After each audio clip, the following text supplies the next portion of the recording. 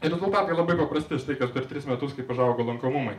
Mėlyna linija Wikipedia, dabar 9 saitas pagal dydį pasaulyje.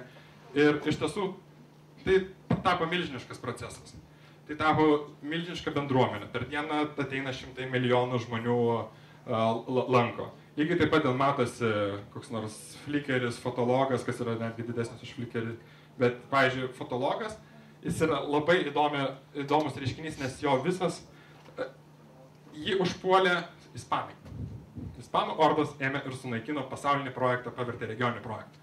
Ir aišku, ten galima atrasti kažkokių panašių niuansų, kaip ten kokiam Live Journal'e pakankamai nemažas ten rusų ir lietuvių bendruomenės. Ir tie servisai kiekvienas turi savo skirtingas pusės. Bet, pavyzdžiui, kai kalbėjau su fotologo žmonėm, jie bandė limituoti tą ispanų invaziją. Ir jiems nepavyko.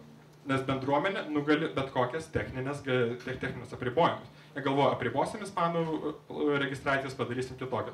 Ispanai registravos kaip vokiečiai, ne problema. Ir iš tiesų tada jiems beliko klausti, ką jie turėjo daryti, tai žinoma plėsti savo infrastruktūrą Pietų Amerikoje, nusamdyti krūvą žmonių, kurie supranta ispaniškai. Ir tai yra tik pavyzdys, kaip bendruomenės judėjimas, jeigu jį būtų suvaržyta, galėjo projektas visai numirti. Jie tiesiog pamatė, kad varžyti yra beviltiška. Pavyzdžiui, CNN-as, jis buvo labai lankomas, dabar nebe taip lankomas. Pagal Instagram, aš nežinau, kiek galima tikėti Aleksą, bet, pavyzdžiui, tai, kad Wikipedia sudaro 0,5% visų internete atvirkščiamų puslapio, yra pakankamai didelis skaičius. Ir tai buvo padaryta pagrindė tik bendruomenės dėka. Ir iš tiesų užtenka kibirkšties. Kažkas ateina su gera idėja, bum. Krūva yra dalykų, galime žiūrėti, kiek buvo milžiniškų projektų startuota, kurie gavo tikrai daug investicijų ir visi norėjo padaryti, sekanti Google, sekanti Flickerį, sekanti Delfi galų gale. Ir tiesiog ko pritrūko. Žinoma, technologijas dar ne viskas, marketingas dar ne viskas.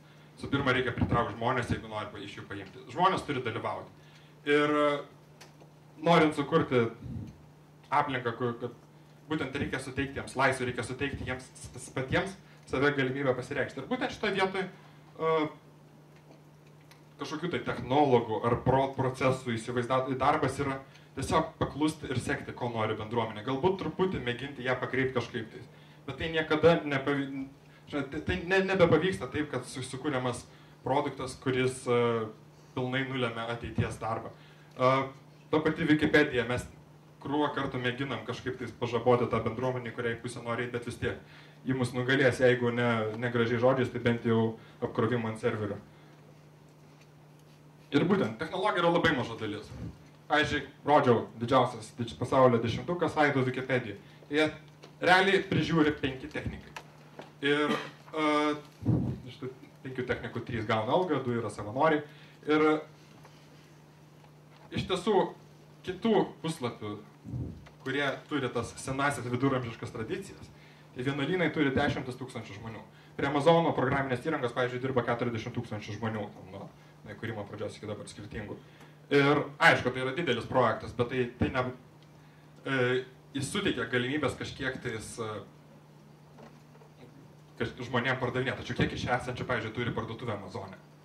Ir kiek yra turintis blogą. Ir tokie skirtumai pakankamai akivaizdus, kad ir tas pats WordPress'as, kuris pasaulyje visų sukūrė labai naudojamą bloginimo platformą, ją sukūrė vos ten keli žmonės ir tai padarė laisvą nuo darbo metu. Tai iš tiesų tokiem procesam reikia žiūrėti tikrai ne į technologinę dalį. Žinoma, yra reikalinga, bet reikia visų pirma sugalvoti, kokius galima tikslus padaryti. Ir kaip tada pajungti tą žmogų, kuris nori kurti tą turinį. Ir žinoma, kas dabar svarbus. Aš bandžiau čia įterpti tą prezentaciją, kad video tiesiog eitų ir matytųsi jūs visi. Iš tiesų, visi čia esantis yra svarbus. Tikrai yra nuostabių dalykų, kurios galima atrasti žmonių mintis blogė. Ir tas turinys, kuris patenka, aš tikrai nuostabiai sekiau, kaip per uragano Katrina metu vienas žmogus, kuris, aišku, buvo patyręs ekstremalių situacijų valdytojas, rašė blogą. Tai buvo pats nuostabiausias kol kas pavyzdys, kaip žiniasklaida visiškai nurungiama tų, kas tiesiog yra arti, kas tiesiog nori kažką pasakyti, kas tiesiog Tiesiog yra. Ir jaučiasi, ten jie jautėsi laisvai. Tai ką galima paskaityti, interdiktorius vadinasi tas blogiukas, jie pažeidė beveik visas žiniasklaidai reikalingas taisyklės. Jų etika galbūt nebuvo ypatinga, tačiau juos vis tiek rodė CNN-as ir ėmė iš jų interviu tai, ką jie darė. Tai būtent, jeigu žinote, ką norite pasakyti, ar žinote, ką norite sukurti, visą laiką reikia pažiūrėti, galbūt jau yra kažkokia technologija, kažkokia platforma ir galima joje dalyvauti ir galima belenką padaryti.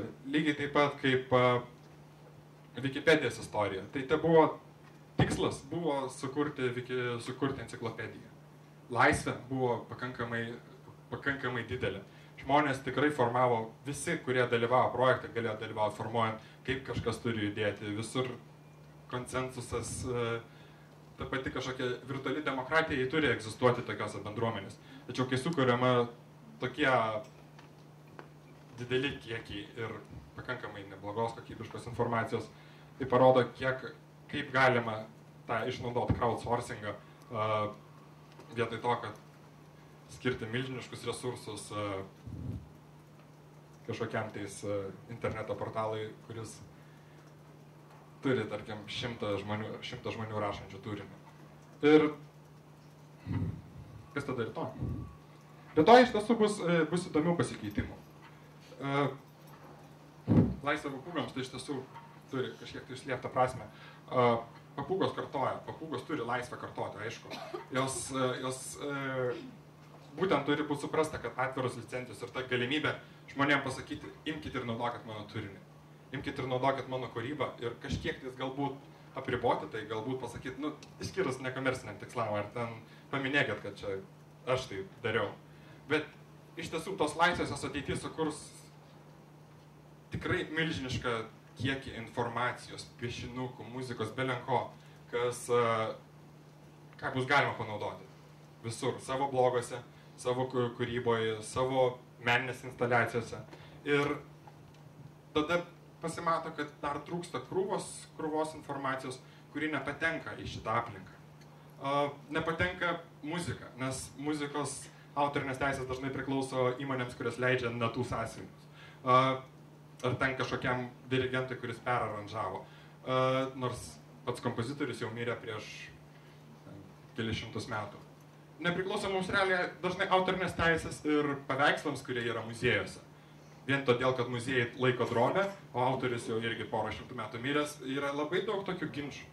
Kai tie ginčiai išsispręs ir kai kiekviena viską, ką mes matome aplinkui, galėsime pasiekti laisvai ir iš to sukurti savo toliau, kurti tą vertę ir skirti savo laiką ir turėti savo saviraišką, tada mes turėsim baroko. Tikrai puošnę aplinką, kurioje mes galėsime laisvai jaustis ir tikrai džiaugtis kiekvienu kampeliu ir kiekvieną skulptūrėlę, kurią mes pamatysime aplinkui.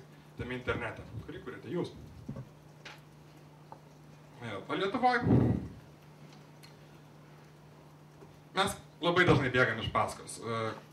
Krūva projektų yra tiesiog bandymas parodyti to, ką kiti padarė. Tačiau, žinoma, bet kada gali atsirasti žmogus, kuris pamatys, kad yra idėja ir supras, kad ją reikia daryti. Ir tos idėjos nereikia slėpti nuo pasaulio. Ir būtent visą tai prasideda anksčiau, reikėjo mokėti programuoti, mokyklose mokino kažkokią HTML ir ten žmonės žinojo, kad padėsiu čia kažkokius skliaustelius ir gausis paryškintas tekstas. Dabar to nebereikia. Dabar vis kuriasi įrankiai, kurie leidžia tą saviraišką, atiduoda vis daugiau žmonių. Ir po to, kai jau turėsim didžiulę masę žmonių, kurie supranta, kad reikštis laisvai yra lengviau, mes turėsime aplinką, kurioje galėsime kur tikrai įspūdingus dalykus ateityje.